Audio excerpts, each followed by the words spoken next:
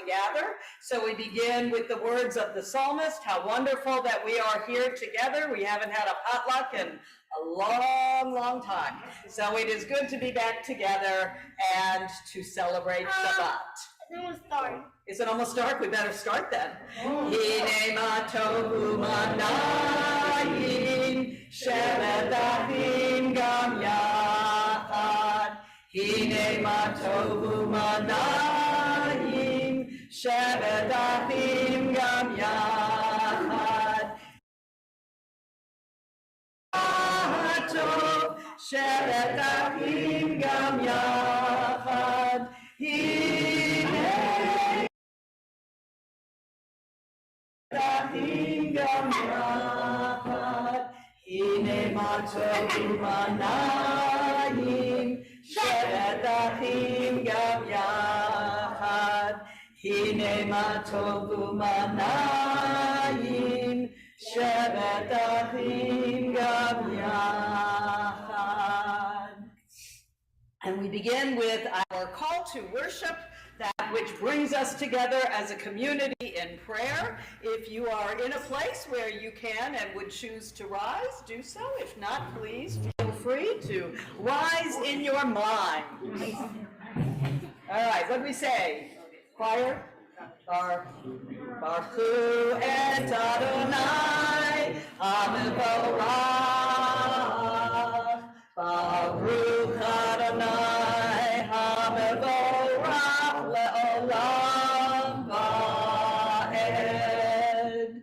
Baruch is from the word for knee, and so when we bend our knee, we acknowledge something is greater than our we. So when we say blessed or knee is God, who is knee worthy, worthy of our acknowledgement. Blessed is God, who is blessed for all time. And we continue with the words from Deuteronomy, which is considered the central tenet of Judaism, and the understanding that if there is one God over all, then we share that God, and that God wants us to share our universe together. We're still working on getting that down, so we continue to put our prayers around this idea. Shema Yisrael, Adonai Eloheinu, Adonai Echad. Baruch Shem Kivod Malchuto Le'olam Va'ed. Listen up, O people of Israel. Adonai is our God and the one God over all people. Blessed is God's glorious name for all time. And we are seated. Continuing with the third major prayer of the opening of the prayer service, which is the Song of Freedom that the Israelites sang when they marched to freedom. We will mark this with an entire festival in the week to come, the freedom that the Israelites achieved from slavery to become a people. And this tune is going to be, you don't know? The one we normally do. Yeah, I know. What's that? Yeah. That's it. Yeah. Just do a random one, the one we always do. Okay. Mi chamocha ba'elim Adonai, mi chamocha me'edav HaKodesh, Noah tehilot oseh fela, Noah tehilot oseh fela. The Israelites marched through those waters and then said, who is like God among all of the different gods that different people worship? Who is like you in holiness and wonder, doing great deeds that made us to be free? The next section of a prayer service is the Amidah, which is the section which gives us this concept: our God and God of our ancestors and God of our descendants, God of our fathers, Abraham, Isaac, and Jacob, God of our mothers, Sarah, Rebecca, Leah, and Rachel, God of your father,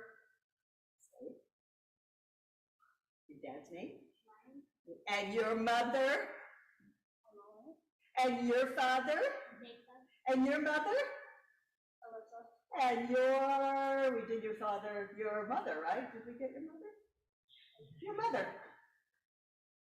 Your mom's name? Kate. God of everybody on the higher table. Right over there.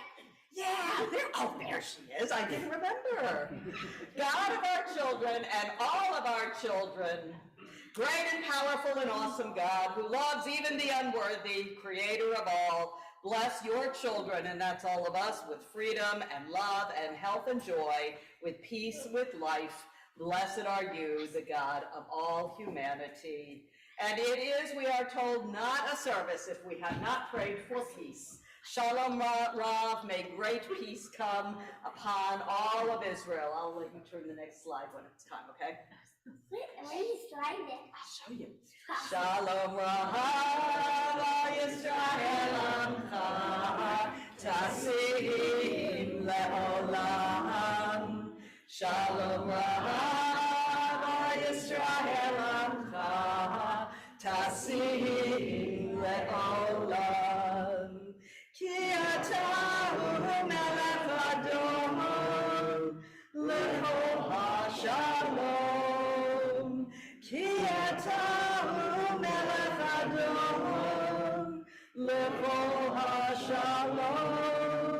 Shalom Rav Yisrael Amcha, Tasim Le'olam.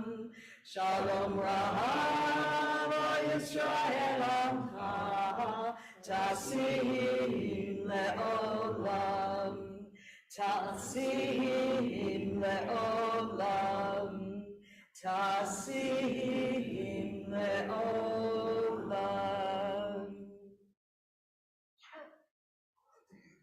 Okay. I'll show you here. Just press this, okay? Too bright. Too bright?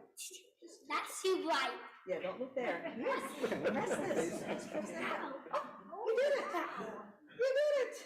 Ow. Thank you. Good job. I'll call you back. You'll call me back. Obviously, it was a difficult weekend for those who followed the news, and once again, we find ourselves in the age-old controversy that we have always had about arms and armament. There are Jewish values that go to both sides. It is an issue, of course, that is of great passion every time that we have an event in our schools or in our synagogues or any other place. And it got me thinking once again about that very famous phrase in Isaiah, which talks about the day when there will be no need for armaments at all. When we are to beat our swords, we are told, into plowshares, and our spears into pruning hooks. You may remember, some of you who've been around for the past decades, that one of my high holiday events was beating a sword into a plowshare. I thought it was the most brilliant idea, and of course it had never been done in all of humanity since the ancient days. So I began by looking up blacksmith in the phone book, and I said, now this really is crazy, and I know you've never heard this before, but I want to do a program for our kids where we beat, you know, like the Bible, a sword into a plowshare. And he goes, hang on, Harriet, it's another one of the swords into plowshares programs. So apparently I am not that original, but it was a wonderful event. And it got me thinking of the beautiful phrases that we have, and what is the art and what is the story about swords into plowshares. We are told it both in the book of Isaiah and the book of Micah. Both are visions of a perfect and perfected time, and of course it was envisioning a time when we would not need armaments. So the day that was prayed for was considered to be the messianic time, the day when no one is going to need to carry or defend themselves anymore. And that will be such a perfect day, said Isaiah, that everyone will hold hands, no matter what their faith or their background, and said, let us go up together to the mountain of the Lord, to the house of God of Jacob, that he, God, may teach us his ways, and that we may walk in God's paths. For out of Zion will go forth the Torah, the instruction, the word of God from Jerusalem. God will judge between nations and arbitrate between the people, and they will beat their swords into plowshares. They won't need armaments anymore, and so they can make it into farming equipment, and their spears into pruning hooks. Nation will not lift up sword against nation, neither will they learn or know war anymore. And of course, Micah said the very same phrase as well. Interestingly enough, the book of Joel, which is an apocalyptic book, meaning a book that talks about the end of times, says there's going to be a little bit of fighting, a big bit of fighting, in fact, to make this event happen. And he said, beat your plowshares into swords and your pruning hooks into spears. Let the weakling say, I am a warrior. The day will come, we are told, that we will have to fight to make this world of peace. And I think that that's probably the idea that Benjamin Franklin had in mind when he said, those who beat their swords into plowshares usually end up plowing for those who kept their swords. So while this is not a lesson or a sided thing, I thought I would share with you some of the more interesting artistic renditions of swords into plowshares. And amazingly, there are very few. So the fact that we have one up on our wall, it does make us unusual. This indeed is a mosaic from the Beit Chabad Gallery in Jerusalem, which is quoting Isaiah with a very old piece with a lion, a spear, and a spade. And of course, it is talking about the spear will turn into a spade, and we have here the Lion of Judah and perhaps a wolf from the tribe of Benjamin as well. And this must be in the Jerusalem at the wall, the houses, the Chabad houses, which are there. The next one, this was made by John Deere and Company, for those of you who have John Deere mowers. In 1893, under the DAR, the Daughters of the American Revolution, a committee was appointed to make a peace plow from historic relics. 22,000 metal relics were represented in the original plow, along with over 200 historical pieces of wood, each one with its own story. This plow went to the World's Fair, and then John Deere commissioned an artist named Charles Bourg to create the Columbian Peace Plow, which would be another plowshare that would be at the World's Fair. The beam and handles had thousands of historic wood relics, some no bigger than a dime. The Columbia Peace Plow is exhibited at Bunker Hill, Massachusetts. It moved to Runnymede, England, to the Paris Exposition in 1900, and to World Peace meetings in Europe. And it ultimately ended up in the National Museum in Washington, D.C. And apparently you could buy one of 2,500 models of this peace plow if you need it. In the year 1914, June 4th, this Confederate monument was added to the Confederate section of Arlington National Cemetery in Arlington, Virginia. It is a 32-foot monument designed by a Jewish man named Moses Ezekiel, who actually fought for the Confederacy.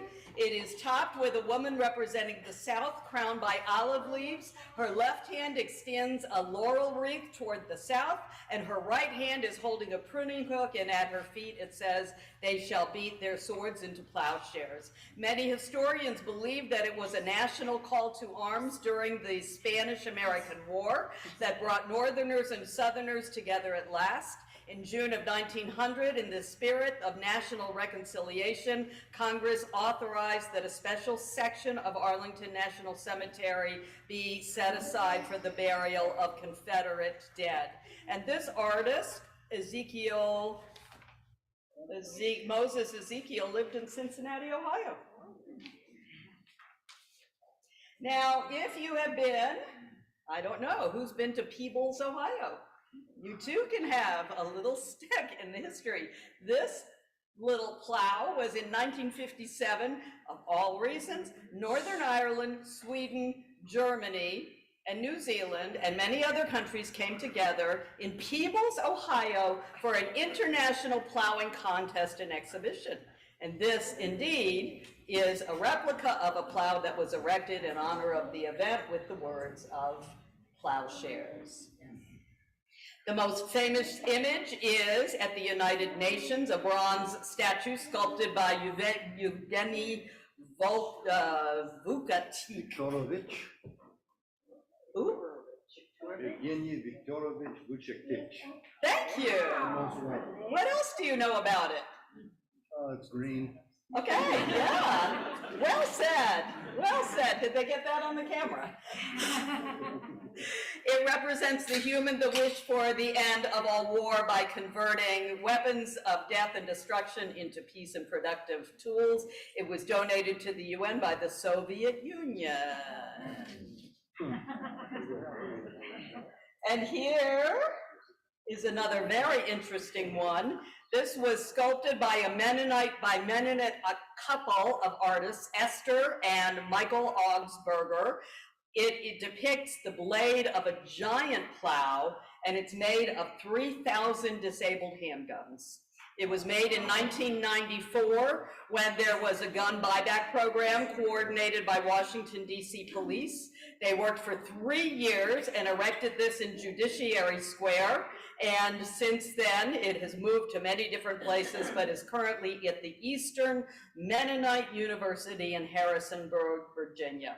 These guns were supposed to be melted down and made into fences, but the Augsburgers instead were able to talk them into taking TEC 9s and Smith & Wesson revolvers and allow them to be used for the project. It's pretty amazing. You can see all the different pieces of the armaments here and how they got melted down. If you ever go to Denver at the International Airport in 1994, we have a mural depicting all the children of the world taking the weapons from each country on earth, giving them to a central figure who has an iron fist and an anvil in his hand and is totally out of proportion to the child's bodies. He's beating the swords into plowshares. Just two other stained glass window that I found, and actually, this is a sculpture I have that was bequeathed to me by my in-laws, and I don't know who made it, but I actually have this one. 1995 sculpture of Isaiah with the broken sword here, and he is turning it into a plowshare. And I didn't want to do that yet. I wanted to mention Rockets to Roses, which is a program many of us might know about, and I have this too, but didn't bring it in. This is an artist who lives outside of the Sderot, a small community on the border of Gaza, and he collects the Scud missile metal that comes over, and he turns them into works of arts using rockets of terror. This is one of his menorahs. And there is, you can see him online. I think I got rid of most of my images. I had quite a few. One of the beautiful poems that we read is called An Appendix to the Vision of Peace by Yehuda Amichai, one of Israel's great artists and poets from an earlier time. He said, this is in our prayer book, don't stop after beating the swords into plowshares, don't stop, go on beating and making musical instruments out of them. Whoever wants to make war again will have to turn them into plowshares first. And perhaps this was the word and the idea that created an organization I just found out about this week called the Armory of Harmony. And this is an organization, says, currently there are more firearms in the United States than human beings. Over 389 million are in the hands of everyday citizens, twice the number in the possession of law enforcement and military in the world. Of this number, hundreds of thousands are no longer wanted. Many of them are deactivated or decommissioned. Unless they are disposed of property, they are liable to fall into the wrong hands and be used for violent crimes. Thus, Armory of Harmony is a 501c3 nonprofit founded by musicians to repurpose guns into working musical instruments and to support safe, strong school music programs. We work with local law enforcement and other partners to actively transform thousands of weapons into instruments, from trumpets to guitars to kalimbas. These upcycled instruments are used by major recording artists on stage and on albums and donated to schools across the United States. And so you see here the retired guns, the shredding of the metal and the melting them down, the raw ingots, the refined ingots, the different groups that they work with, and a finished part of instruments, which indeed they're able to turn into a wonderful, wonderful purpose. And what an amazing organization. I invite you all to look at the work that they do, because it is quite wonderful to see the music that has come from armaments. Where is it? Is it in Ohio or no? No. You know what? This organization doesn't even tell me where they were. What's the name of the organization? Armory of Harmony. Armory of Harmony. Give them a look and you'll see what an incredible organization, and if that doesn't bring the words of Amichai to life, taking those instruments and taking the instruments of war and turning them into instruments of peace. And so, a song that many of us know is indeed from that phrase about swords into plowshares. Lo yisa goy el goy cherev, lo yilmedu od milchama, taken from Isaiah 2, which means nation, goy, will not yisa, lift up against goy, a cherev, an armament, lo yilmedu od milchama, they will not learn war anymore. Do you learn this in Hillel? No. Lo yisa goy el goy cherev, od yilmedu od milchama. Lo yisa goy el goy cherev, lo yilmedu od milchama. Lo yisa goy el goy cherev, lo yilmedu od milchama. Lo yisa goy el goy cherev, lo yilmedu od milchama. Lo yisa goy el goy cherev, lo yilmedu od milchama. Lo yisa goy el goy cherev, lo yilmedu od milchama.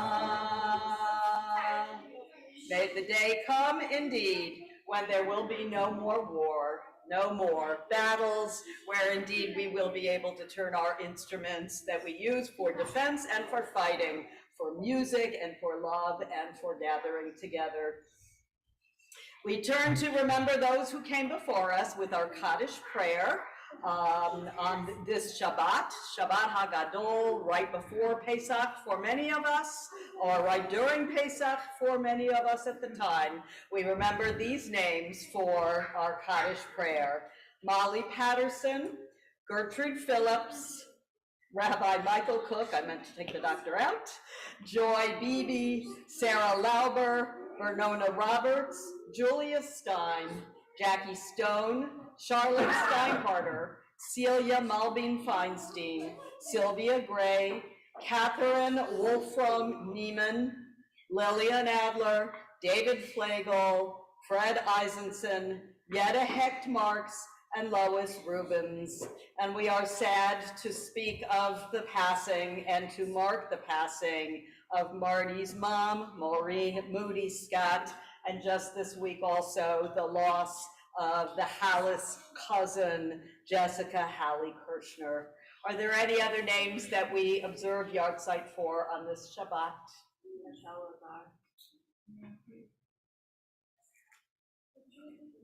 We gather these names together with all of our own as we rise together for the Kaddish prayer, thanking God for the gift of their lives that we had, however foreshortened.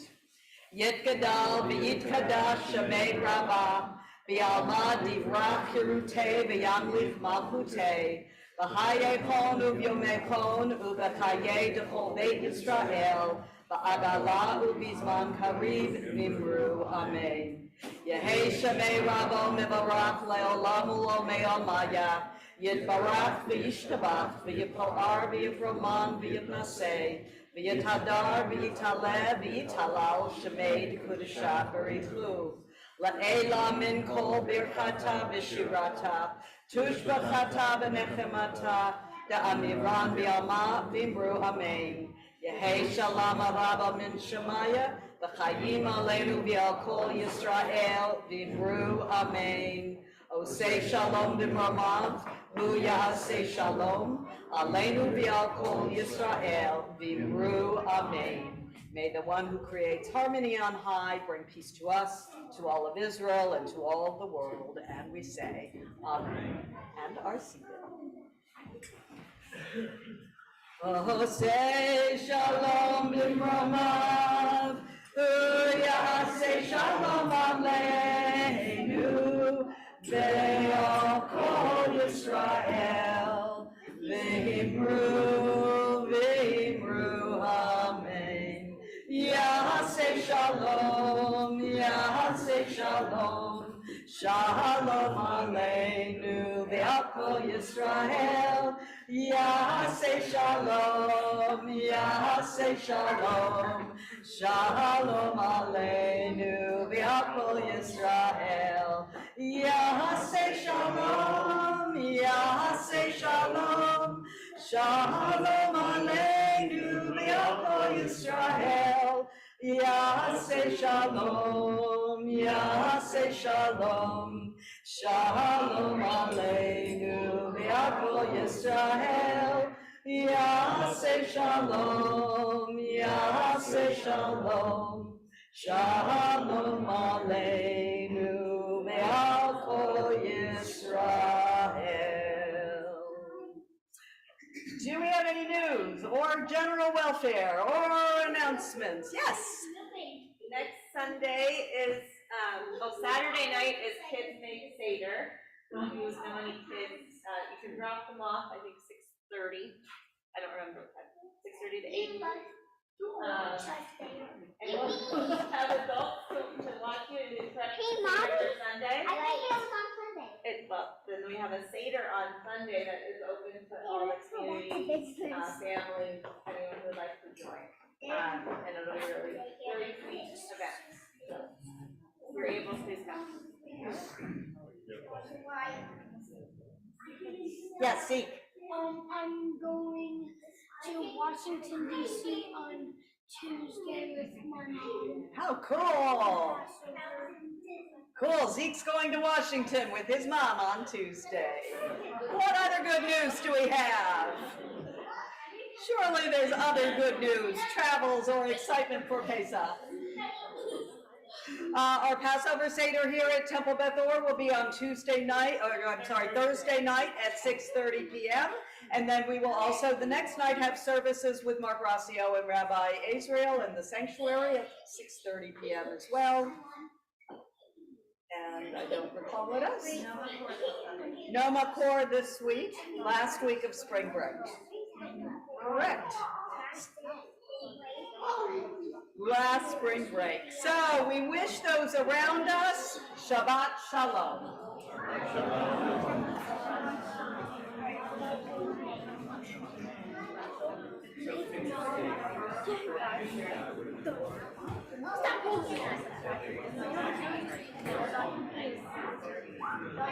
Originally,